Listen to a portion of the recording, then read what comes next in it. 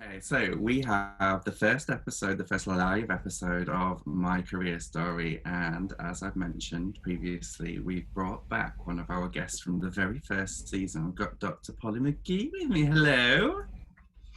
Hello. Thank you for having me back. Oh, no problem at all. And I'm loving your outfit, I must say. I mean, look at all that I don't know gorgeousness. what you're talking about. No? Is this just the normal Well, Tuesday evening attire in Australia? I'm going to turn in quite soon, so I didn't really go to too much trouble. And Gosh. well, I just felt that last time we did a podcast, and we didn't really get to sort of fully express ourselves visually. And I'm sure that your viewers slash listeners slash fan club are really interested in just the caliber of your Australian friends. I mean, I'm sure they are, yeah. I mean, they're going to be quite impressed, I would say. Looking Yeah, equally yeah, gorgeous as yeah. well. We've got Zoe there with us. Hey, Zoe. Oh, hello, hello. I'm the little dour friend. I just wish to God I was wearing a bonnet. I feel if I was wearing a bonnet, or a choker. I feel so it was like someone who was just sitting in a waiting room then that was just kind of like, oh, what's going to happen? I wonder. Oh, Sorry, oh. I was slowing down. Is this my audition? Hang on a minute. Is it on here? Oh my lord! Right. Okay. So what we're going to do today for you listeners is we're going to have a quick catch up with Polly and find out more about her. For those of you that haven't listened to the podcast before, I don't necessarily know who she is, what she's been up to, and we're going to introduce Zoe. And Polly and Zoe work together as co-founders of Pilot Life Consulting.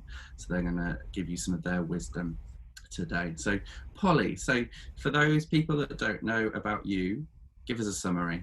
Who is Dr. Polly McGee? Dear Diary, Year of our Lord 2020. It's been 12 months since Steve and I were last together on the podcast. So much has happened. He hasn't returned my letters, and the ABO he took out on me seemed unnecessary. But I've carried on. After the auditions for RuPaul's Drag Race went horribly wrong, I returned back to my first love, working with Zoe Coyle. So listeners, last time you might remember that I'd just come back from Texas, and Zoe and I had been training with Brene Brown, and we'd just launched, well, Zoe's already had launched Pilot Light, and I slid into her DMs as a co-founder with her. So we've really had quite an extraordinary year working, delivering leadership courses all around Australia. We were meant to be coming to the UK this year, so we've been a bit COVIDed. But it's been quite a beautiful time for us to just have a whole year working together, and then pivoting like crazy squirrels as soon as COVID hit. So it's been really great, Steve. And I think since I saw you delivering on all of those things that we talked about, what Zoe and I wanted to do in the world, how we wanted to be present to the people we facilitated with, how we wanted to work in allowing people to find their way back to their greatness. That's just happened in so many profound moments for us. So we've been doing a lot of rooms, and then Zoe will talk about this as well, but we've started writing a book together, which is hopefully going to be finished quite shortly and we'll have out next year. So we're really finding there's so much in the world that we want to be working with right now, and we're so bang up for it. So we've been facilitating, we've been doing leadership, we've been writing books, and besides that, I've been perfecting my dance routines and getting my show makeup just tickety-boo. Fabulous. And for those that are listening, so the work that Brené Brown does, so I've just started on with a course here in the UK that's similar to one that you two run. What is it that is involved with that work? Do you want me to answer that, or would you like Zoe to jump in? You can bring Zoe in if you like. Zoe would like to. Yeah, I can't bear for her not to be speaking with me. It's like we're so joined now. Polly is actually incredible at the succinct delivery of the Brene work. But I will say, I'm going to do it, Polly. I'm going to do the Manu Shafiq quote. Do it right out of the blocks. One of the reasons I love Polly is that she just allows me to tread the same old ground over and over again. But I love this so much. So Manu Shafiq is the head of London School of Economics. And she said that in the past, jobs were about muscles. Right now, they're about brains.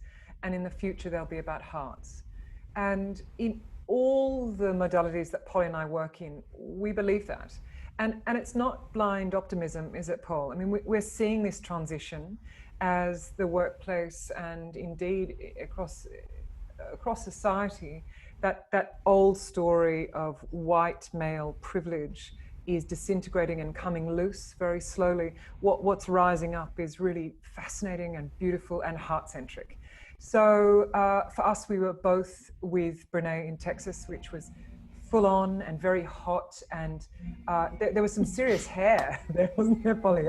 The hairspray. I mean, you and I both have unruly hair, so I felt on some level we didn't fit in. And also, my other distillation at that time was Americans they're really committed clappers. I don't want to make a generalization, but generalization. There was a lot of hardcore clapping for Brene. In fact, Polly and I were both called out for not excessive clapping, and we did say, oh, no, I'm sorry.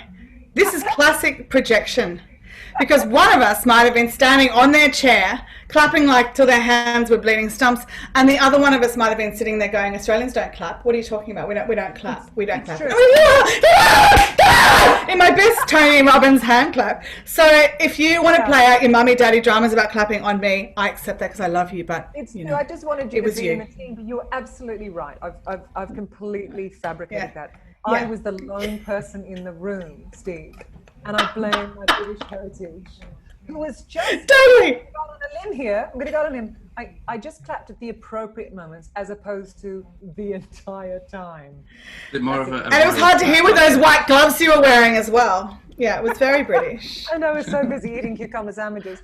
But talk about our experience being there in the room, Polly. I mean, other than the fact there was a lot of sugar to eat and white bread. Oh, it's a lot of sugar. And there was a lot of cultural icons like Dr. Pepper, things that we didn't get to normally have at home. What I actually want to talk about, though, is I think that was a really beautiful place to start, Zoe, with Manusha, because that quote is almost the centerpiece of what we do. And Steve, actually, what we talked about a lot in the podcast that you and I did 12 months ago was The Good Hustle, which is the book that I'd written. And, yes. I just was thinking about, really that was the beginning for me of sort of moving out of the career that I was in, where I was advising businesses and working with startups, to go, hang on a minute, I want to work with for-purpose, for-profit businesses that are sustainable, because I want to see really big, good work being done in the world. And I think the transition, particularly having spent so much time working with Zoe now and really being in rooms with people, is that now I've almost moved 100% into recognizing that I'm not even really interested in your business anymore. I'm only interested in seeing who you are. I want to see that heart, because if you're operating from heart and you're working in, in Brene's language, in grounded confidence, if you are able to be full of vulnerability and courage, everything you do will be a success. And it's not going to be tied to a doing. It's going to be tied to a being. And this is our work. And I think for both of us, this is the work of our life now, which is that we are here to stand and witness people coming into their being and help them with all the tools that we can muster. And that's what's going to transform the world. We are going to have leaders who are heart-centered. We are going to have people who are connected, who care about each other, who want the best for everyone, not for the accumulation of wealth for one minority when everyone else is struggling. And that's what's so beautiful about what we're doing. And I think why we love stepping into all different types of room together, because we want people to wake up. We want everyone to see what is going on. And this is the time. Now is the energetic time to do that. And so it's profound and it's exciting. It is. Yeah, it is. And I think that, and the Good Hustle, that was how I first reached out to you, wasn't it? Because I was starting the podcast. Yes. I'd been traveling around the Philippines. I'd found myself in Hong Kong on the way back, visiting a friend. Hello, Grace, if you're listening.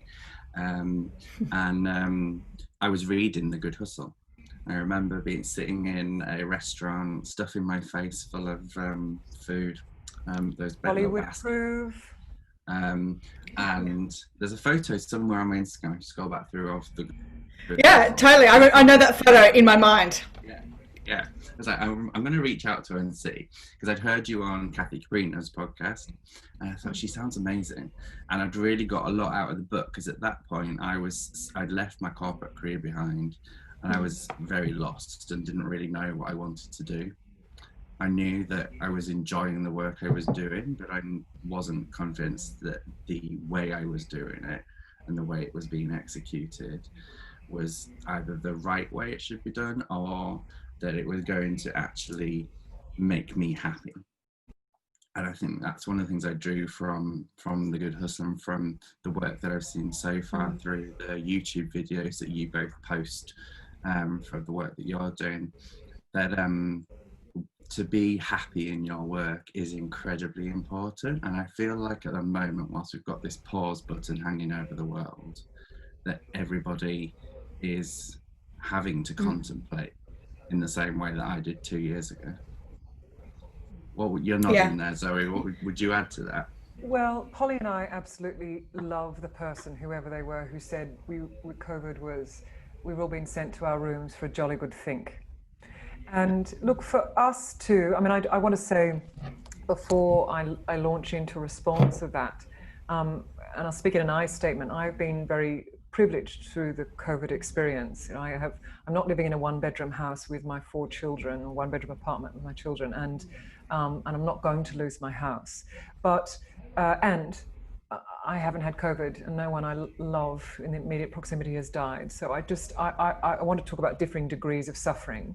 But Polly and I, certainly in February, we were facilitating in Launceston together, weren't we, darling? And it was all on. And there felt like this immense flow and energy, and we had workshops booked all over the place right throughout the year. And then, like everybody else, it came to an absolute standstill.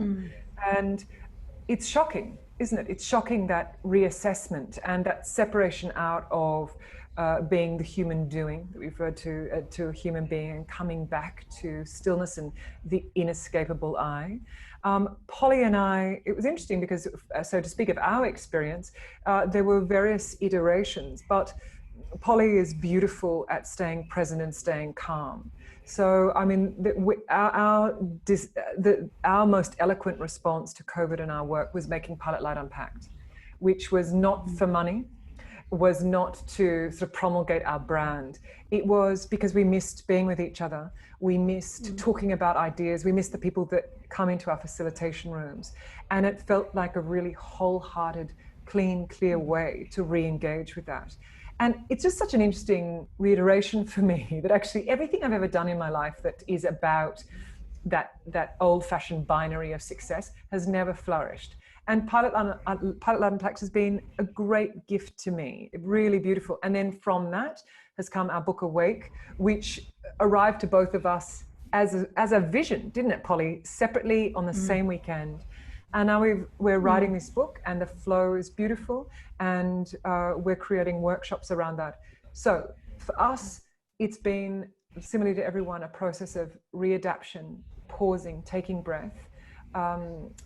But also, it's been painful and disorientating and complex and frightening. And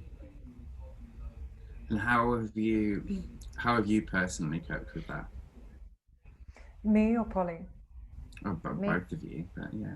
So for me, in the beginning, very well. And it's interesting that resilience is a contract over time. So in the beginning, I was very energized to protect my 4 children, and I was excited at the prospect of engaging them in other aspects and of learning and thinking. But then to sit tightly in a domestic bubble and have financial pressure, I did feel the sense of my head being in a vice.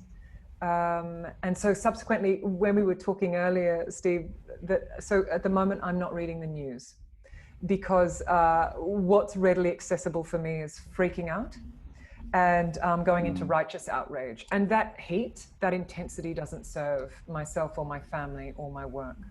What about you, Paul? Look, I've had a really interesting year, and in a really different situation, and so about having to really think about others aside from my partner and my family, and my mum particularly, who's an older lady, surprisingly, and so making sure that she's been all right. And that was a really high priority for me, because she's in her 80s and she had to be locked down, and she's got lung vulnerability. So it was really great. It was lovely to actually be in a position where I could be of service to her and sort of start to make her have to bend to my will, which is clearly been the other way for most of my life. But my experience of this has been one of the biggest years for personal growth for me. When I started this year, you know, I did what I think a lot of people did, and sort of had that silent moment where I'd gone, I just wish I could have a year where I could just study and really immerse myself in just some, you know, thinking work. COVID came down and I was like, not so literal, not so literal, just it was just a thought. And I've spoken to a number of other people who were like, I just wanted to have a month off, but, you know, not 6 months. So at the beginning of this year, when I was away last year, I went away last year, I should say, because I'm expecting the audience to intimately know what I do every minute of the day.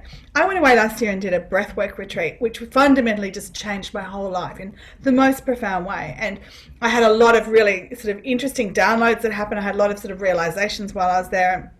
One of them was very much about moving into this work that was about people and about trauma and how do we work with people to make them happy and get them into a joyful place. So I started training as a breathwork facilitator, and of course when you're being asked to hold space for people in the most vulnerable way, you can't be coming there with all your armor on. So as part of that training, I've really had to spend a year just going, oh God, I thought I'd fixed that. Ooh, and then down into the hole, down into the hole, down into the hole. And it's been really interesting. And I think I've really learned for the first time properly this year what it means to sit in the discomfort, what it actually means to hold yourself in a physical pain for days, just coming back to presence and going, this too will pass. This is what this feels like. What can you learn? What are you being told? And so that's been quite profound, because it's been fabulous for the work we've been doing, for the writing work, for the insights. Like, everything's been perfection, but there's been big chunks of it that have been, you know, that moment when you're like, oh, I've been actually spiritually bypassing that for 20 years and I thought I'd just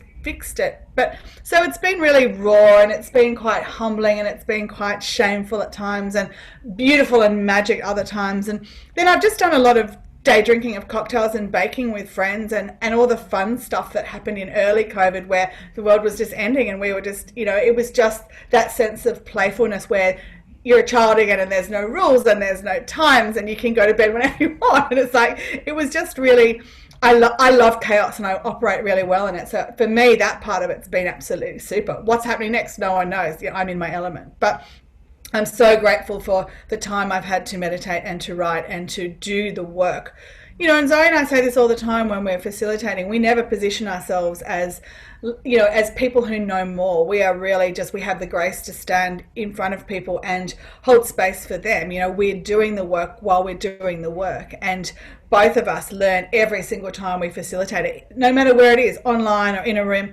We come away and we're like, oh God, and then that happened, and then when that person said that, I really felt that, and that's then brought up a whole lot of stuff for me. Now I've got something more to work with. So it's just, it's big work. And I guess this is the thing maybe people don't want to hear so much, which is that it is big work, and it's not work you can skate around. You can't resist it. You can't do it later. You can't pay someone to do it for you. You know, it's actually long, and it's the work of a lifetime, and we're signing on for that. So, you know, we ask a lot of people because that's the path to get happy. That's the path to resilience, as Zoe so beautifully put it. You know, resilience comes in these small morsels of getting back up again. What's the shortening time between when you hit the deck and when you're back up? So it's been a really fabulous year for that. It's been fabulous for the hardness of it. And again, that doesn't take away from the terrible experiences that I know so many people have had. But I'm not going to be doing comparative suffering. I've done my work, I see the rest of the world, and I sit in empathy and love with them. Yeah, I love that, and a lot of that resonates with me right now. Like I've left London behind. I've been there for 14 years and moved back up to the Lake District, which is a beautiful part of the world, but I'm living back with my parents, which is fabulous. Like, I'm actually like getting to reintroduce myself to my family, and find that space that I think I've been running away from. It's very easy when you're living in a big city to hide. And I think now I'm back with two people that know me very, very well, probably know me a lot better than I know myself, as most parents do.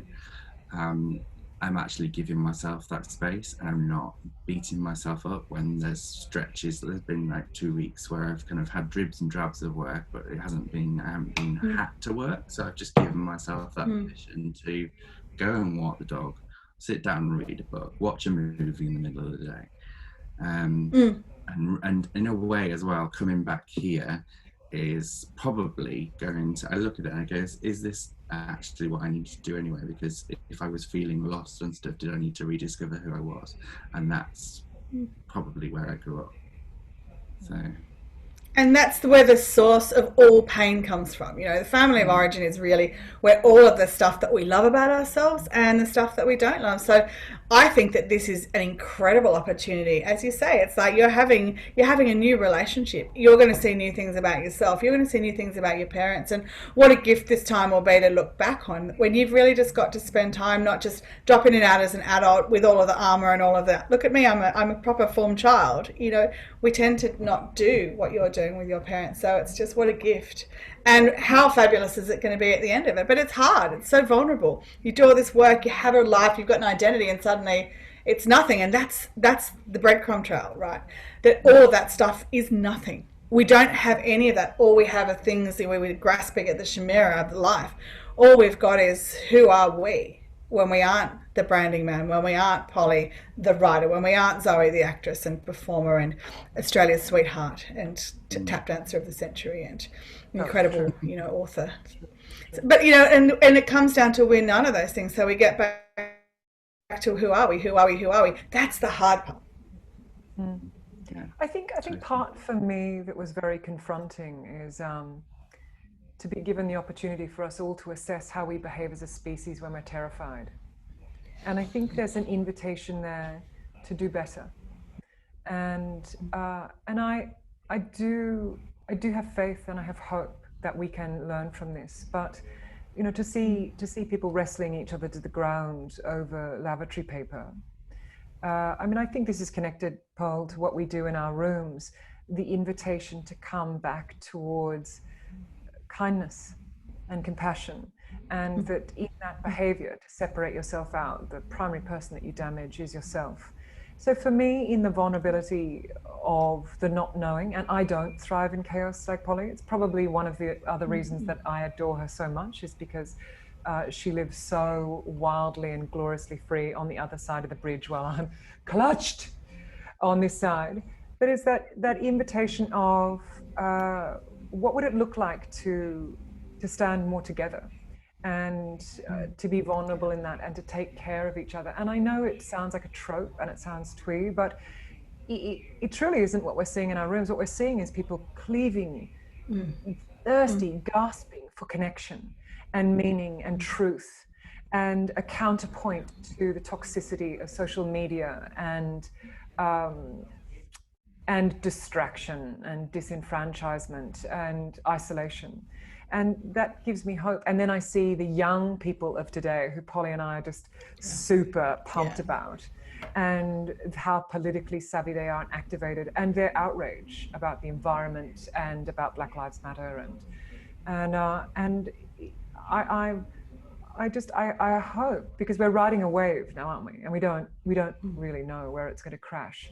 But I believe we have the capacity to learn, evolve, and those are the conversations that Polly and I want to have with immense humility in the rooms that we facilitate in.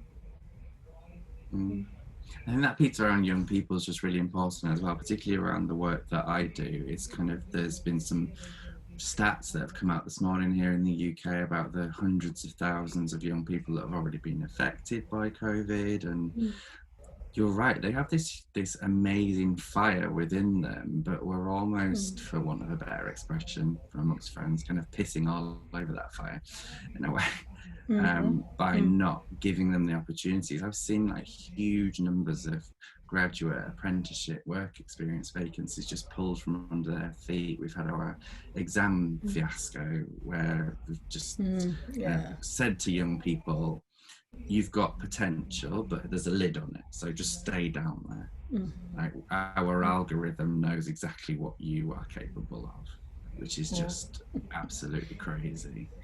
And they are just going to be so important, and we can learn so much from them.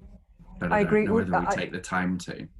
I completely agree, and I don't know who it was that said, but they're a genius that said that this next generation, the first generation who've worked out that we have no idea what the fuck we're doing. You just, and it's true. We can't hoodwink them. They will not be bullied. They will not be silenced. They will not be reduced. So I'm exhilarated, but we have got to get on board and support them. And this is why the work of Brene and the work that Polly and I do in the workshops that we curate and the books that we write, and I say that with humility, all the people that are joining in this conversation are important to support this next wave of valor that's coming through. And where did you come from, Zoe? So how did you get to the point that you And are at today? the thing that I think is so apparent is this real paradox.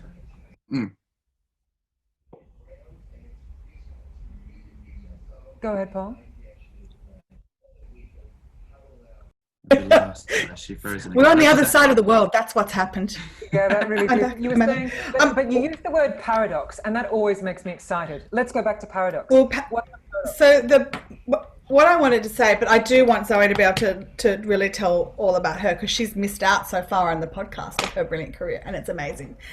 So the paradox I see is that we have this generation of incredible people who have values out the wazoo, like they're living their values. They're so connected. They want purpose and meaning. And they've seen that we've been duped by money and possessions. And they're also the generation that is the most anxious and the most insecure and the most poorly parented, because they've now got Gen X and Gen Y as parents, all of whom were the first generation of divorces, latchkey, two-income kids. So I guess so much of the work that Zoe and I do is going back to primal wounding and working with how do we reparent ourselves. And so this is really terribly exciting for both of us, because that's not a criticism of parents. That is the reality of what parenting is, which is it's incredibly hard. And when you don't know who you are yourself and you haven't done that work, all you can do is bring the next generation through with the same pain that you're suffering. So to be able to work now, and we're really looking much more towards working with millennials and those sort of late teens, because if you have the tools then to know yourself, and you can bring the confidence and you can bring the connection and the heart to what you already have, that's a formula that will actually change the world. And that's the mantle that needs to be handed over. And it's that is our responsibility to do that. And I mean, I'm wildly excited about it, because I just so love hanging out with that generation so much, and there's such potential. So it's really exciting, but we've all got to fix our own shit. That's where it's at. We've got to fix our own shit. And if we did, we wouldn't be fighting about toilet paper, and we wouldn't be frightened and alone in a corner fighting everyone off to keep all of our stuff, because it's so important. We would be there saying, hey everybody, we're doing this together, we're stronger together. That stuff is really true. Anyway, enough about that, because Zoe Coyle needs to be brought to the fore. No, I mean, I don't think there's anything more important than saying that. I think that's absolutely true. And Polly and I were in our rooms, we talk about that idea of doing the work, which you've referred to already, Paul. You've got to do the work, and you do the work to sort out your own stuff, so you don't work it out on other people. Yeah. And there's the personal responsibility, and there's the rigor. And sometimes we come across, and historically, certainly say a decade ago, I would go into rooms and talk about vulnerability, and there'd be immense cynicism, particularly in white, masculine, privileged environments, moneyed environments. But there is a sea change that's happening where, and I think this is why Brene's work is super interesting, because it's led this zeitgeist that you can't have courage without vulnerability. That whenever you step into the arena, shame is going to come with you. So let's have a conversation around shame, and let's have a conversation about what vulnerability is and what it isn't, and what we were told it was as children, and who we decided that we were going to be in our adolescence. And this is what I love, Steve, about you talking about coming home now. And I'm not trying to put saccharine all over what you're saying, because I imagine it's also been very complex. And I'm not trying to do a comparative thing, but I don't have a home to go back to. And what I would give for 15 minutes to be back in that space. And my childhood wasn't easy. It wasn't a nightmare, but it wasn't easy. But I think that cyclical thing of coming back to do the work, to learn the lessons, to have the conversations. And also, look, this is jogging sideways. We talked about the gift for you with that earlier, but what a gift for your parents. I think as a mother of 4, how amazing it would be if my children at some point chose or needed to come home and I could offer them safe harbor. What a privilege. I hope that is afforded if that happens. Yeah, and I love that you said that. I think that I'm looking just slightly out the window there because I can see my dad hosing down his hot tub because they're living their best life at the moment here. Yes. But I'm having that. I'm just so jealous of the hot tub. I know. Oh, yeah, and I me just had to too. drop that in there. He's getting it ready for the summer house that's being built. Yeah, it is nice, and it kind of like I have those moments where I kind of like it is tough and it is hard. I don't know if you can see it in the background who's watching, but that picture frame there is the Daring Greatly quote. I noticed that. Yeah. So beautiful. When I get up in the morning, it's the first thing I see. So if I'm having a wobble or I'm thinking, what the hell am I doing? That I know that's what's centering me. But it's nice for me as well. Like my dad runs his own business, and it's encouraging me just to help him with things if he needs me to. Like yesterday, just small little things. And with my mum as well. Like I've been walking the dog, I've been cooking meals with her, or I've been cooking meals for the two of them. We've fallen into this actually quite nice rhythm of living together, which I never imagined. I was really worried that it was going to be absolute hell. Not because of my parents, but because it was going to feel like it was a massive step backwards. But what it actually feels like is a massive step forwards. Beautiful. It's so interesting, isn't it, that sometimes what we perceive to be enforcement, not our choice, is actually potentially one of the greatest gifts of our lives. And if the natural order of things unfolds, Steve, and your parents die before you, when you're old, there'll be so much gratitude for this time. And I see you're savoring it. It's beautiful.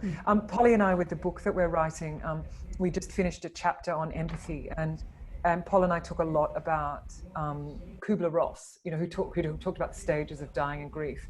And I've been thinking a lot about her and rereading her work. And one of the things she talks about, and there are some extraordinary quotes, and there's one that I'm going to hackney now, so I'll just do an approximation. But she talks about the truly beautiful people, they know suffering.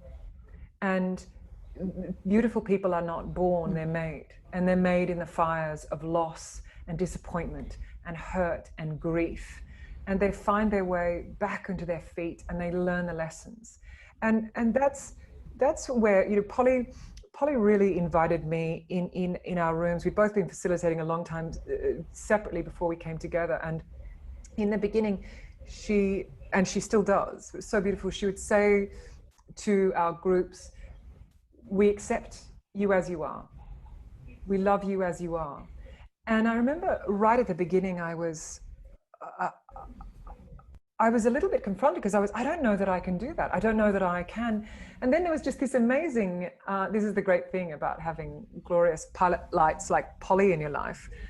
When the light leads, you follow. And then it's just a choice. I'm going to choose to accept people how they are. And the resistance that was removed in my life, just coming from a place of generosity, that for me has been an incredible insight and blossoming of this time of COVID. What is it? And lots of people have written about this, but what is it? Is just to assume that people are doing the best they can. And righteous outrage is pretty available to me, and I have to be careful about that.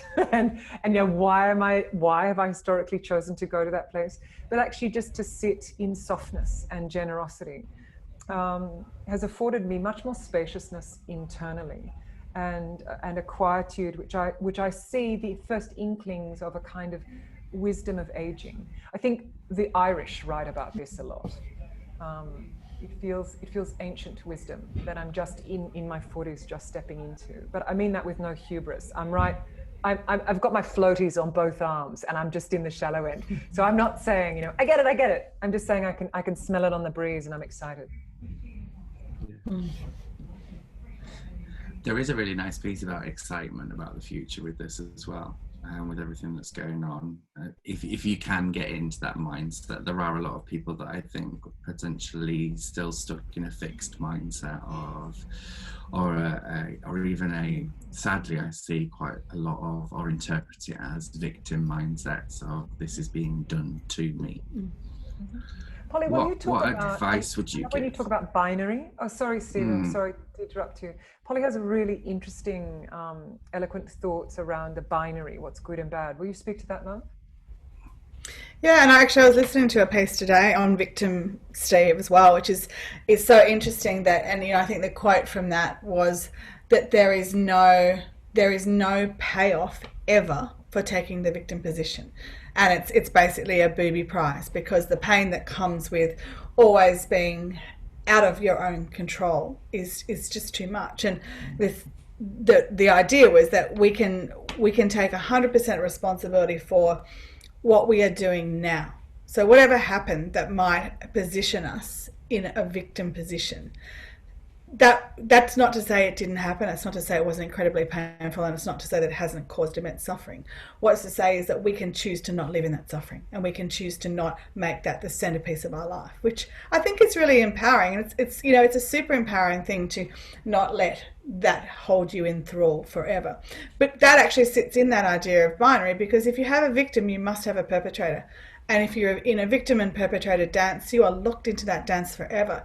And you're choosing that. And as much as being in a perpetrator role chooses that with victim, you're never able to move away, because you're constantly, you have to be one to have the other. So what I like to think of much more, and again, this is not poly wisdom, this is the wisdom of the mystical tradition from, beginningless, endless time, is that if we simply see every experience as an experience to be observed and to be experience, that's what, if we have the belief system that we're here in the world on earth to be humans, to experience what it is to have physical experiences in a body, then if we just only want good and bad, then we're always going to keen towards the good. We're always going to move away from the bad, rather than saying the bad, which is just an experience, is what really creates the incredible personality and the fortitude of who we are. It's what builds us. Exactly what Zoe's saying, that Kubler-Ross said, the best of us are the ones who have suffered the most and understand what it is in empathy to suffer. So the idea that COVID's bad and it used to be good and nostalgia's great and the future is like, none of that exists. The past is just fiction. The future is more fiction.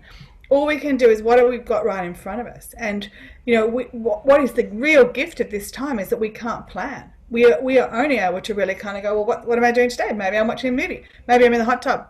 Maybe I'm going to help Dad out. Maybe, we're going to write a chapter of our book. It's like, what can we do? We can't say, well, we're going to book a series of workshops next year. We can't do that because we just don't know what's going to happen. So it forces us to be really present. But if all of us could move out of that rushing towards not suffering, rushing away from suffering, we would have a much more balanced life, and we would react a lot less, and so in that reaction we would suffer less. And so we can take ourselves to a place of joy by simply going, oh, that's happened again, that's interesting, what part did I play, where's my accountability, I want to really investigate this. And it doesn't become the kind of buffeted on the waves of victim and it's happening to me again, and how does it always happen to me? It's like, if it's always happening to you, you're inviting this pattern in.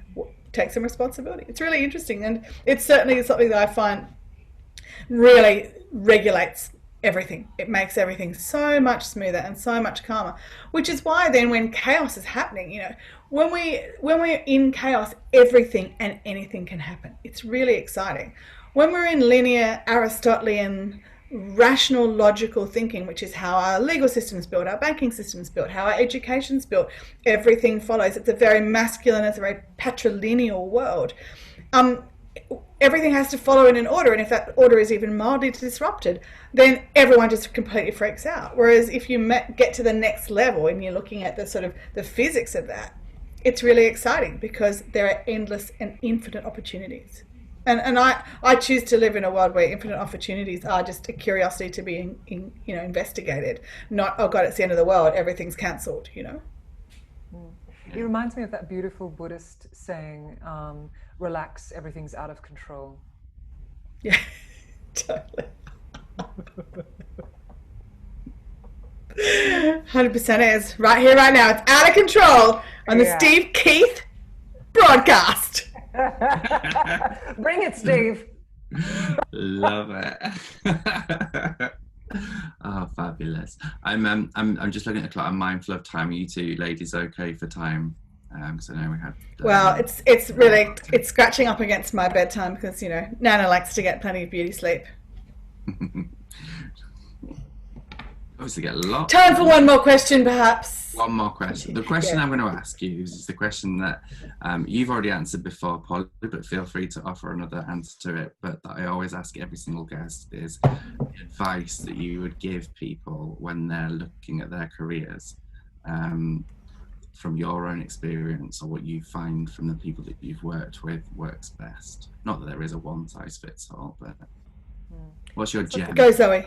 That's such a great question. So mine would be twofold. The first would be follow your curiosity, not your passion, because I think passion is fickle, but what are you curious about? And bear witness to that and follow it down every rabbit hole. And I really believe that when you have that intensity of curiosity, when you're sparked by it, the flow will follow. And I have seen that time and again in my own life. And I'm quite stubborn and a bit recalcitrant, and I can have a lot of energy, and I can also be very lazy. And I found that for me in work, if I'm forcing it, it's true in love, it's true in relationship, it's true when I'm reading and everything. If I'm forcing it, very little does good come of it. And I'm not saying that therefore we should just waft around in the breeze and wait for passion. I'm not saying that. There has to be one precious life. We are starbursts here. So bring it, live it, eat it, feel it, fuck it, do it. But bring your curiosity and pursue that. And then the other thing would be do your work, work out what your values are, what sits at the cornerstone of who you are, what is tolerable to you and what is not tolerable to you. Go to therapy, find somatic work, do processes like the Hoffman process, where you look in a highly curated space at your childhood, not to apportion blame, but to assimilate, to find balance and peace. And the final part would be to choose kindness to yourself and all other people, and to move through this earth, on this earth and through our lives with reverence and kindness wherever possible. And I struggle with those things. Those are things that I tell myself. Not so much the first two, because I'm hard won there, but the kindness, I'm savage to myself, and sometimes I'm petty and I'm cruel. But it's only because that inner sense of worthlessness or fear crops up in me, and so I now can recognize that, and I can truncate, cauterize it, so that I'm not often acting it out on other people. Although Polly has seen me act it out on other people. For example, if men use the armrest on airplanes, I tend to get quite feisty. Do I not, Polly? Affirmative. Mind pure. What about you, Paul? What would you say today to answer that question? So I'd go even kind of more hardcore from the year ago that we spoke, which is to say I would just put the career away, and I would stop defining everything by what we think productive work is, which can be incredible when done right and can be an absolute set of handcuffs when done wrong. We have to stop looking at titles and doings, and we have to sit very still and let everything that we're trying to numb and block and resist bubble up, and we have to sit there and deal with it till we're done. Now, that doesn't have to be in a real sitting, that just has to be in a metaphorical sitting. Until we work our own shit out, we are never going to be able to be free to create, to fail, to be vulnerable, to be wild, and to live out the full expression of our beautiful, precious, incredible human lives. And so had I my druthers and I had my one chick wand, I would change the whole education system, the whole way we deal with children. We just need to let them be creative and to find the knowledge and to work with it and to support everyone on those journeys, so they can become magical in the way they do things. What we are heading towards is that, I'm sure, Steve, in your sector, we've talked about this a lot. We're heading to a place where the jobs of the past no longer exist. We don't have a plan for that.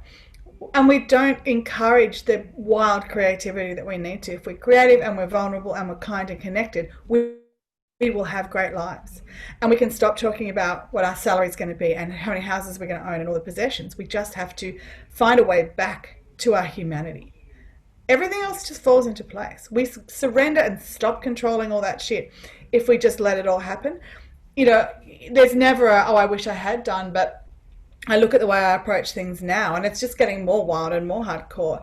And it's opening up so many more doors because I know how to say no to what I don't want. I know how to just sit if I don't know what I want. And I know how to say a big fat yes to the shit that I really want to do. And not to say, oh no, you'll never do that. Look at you, you're not enough. It's like, yeah, I'm enough. I'm more than enough. And we're all going to come down together in a big pile and we're all going to celebrate. And I'm going to take you all with me. So it's really that, just take away the labels. Stop it with the names. You know, just, well, who is the essence? Find that essence and you're going to fucking slay, you know. Beautiful. I love it. Thank you so much for both of your time today, especially because you're ahead of us and it's the evening there. I really do appreciate it. And I'm sure everybody listening will have got lots from today's recording. So thank you very much. Oh, Thanks for having us. So lovely to meet you. And I just can't stop thinking about your father out there watering his spa. And he's got my mum scrubbing it now. Is she wearing something saucy? Well, I was about to say sadly not, but that is not. Zoe's saying it all. Oh, you British people. I just think it's really unfair that it's morning there for you, but Zoe and I right now, we're kind of at the time of day when we wouldn't mind slipping into that hot tub, having a little chamois, you know, discussing the day. There's no time of day that I wouldn't want to slip into a hot tub and have a little glass of champagne.